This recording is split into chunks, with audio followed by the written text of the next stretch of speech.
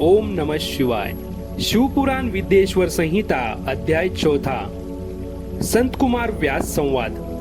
सूत जी कहते हैं, हे मुनियों, इस साधन का महात्म्य बताते समय मैं एक प्राचीन वृत्तांत का वर्णन करूंगा, जिसे आप ध्यान पूर्वक सुने।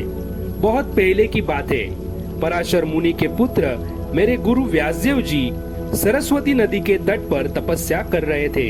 एक दिन सूर्य के समान तेजस्वी विमान से यात्रा करते हुए भगवान संत कुमार वहां जा पहुँचे। मेरे गुरु ध्यान में मग्न थे।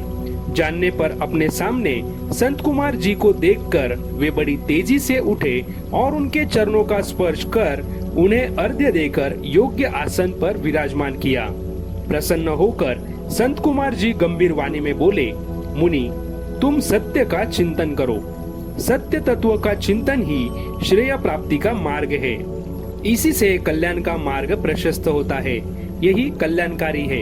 यह जब जीवन में आ जाता है तो सब सुंदर हो जाता है। सत्य का अर्थ है सदैव रहने वाला। इस पे काल का कोई प्रभाव नहीं पड़ता। ये सदा एक समान रहता है। संत कुमार जी ने महर्षि व्यास को आगे समझाते हुए कहा, महर्षि, सत्य पदार्थ भगवान शिव है।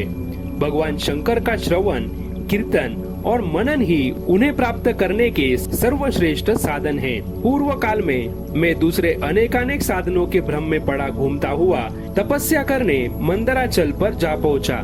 कुछ समय बाद महेश्वर शिव की आज्ञा से सबके साक्षी तथा शिवगणों के स्वामी नंदिकेश्वर वहां आए और स्नेहपूर्वक मुक्ति का साधन बताते हुए बोले, भगवान शंकर का श्रवण, कीर्तन और मनन ही मुक्ति का स्रोत है।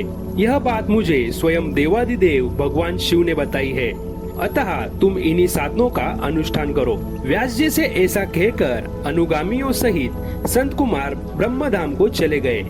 इस प्रकार इस उत्तम वृत्तांत का संक्षेप में मैंने वर्णन किया है। ऋषि बोले, सूत जी, आपने श्रवण, कीर्तन और मनन को मुक्ति का उपाय बताया है, किंतु जो मनुष्य इन तीनों साधनों में असमर्थ हो, वह मनुष्य कैसे मुक्त हो सकता है?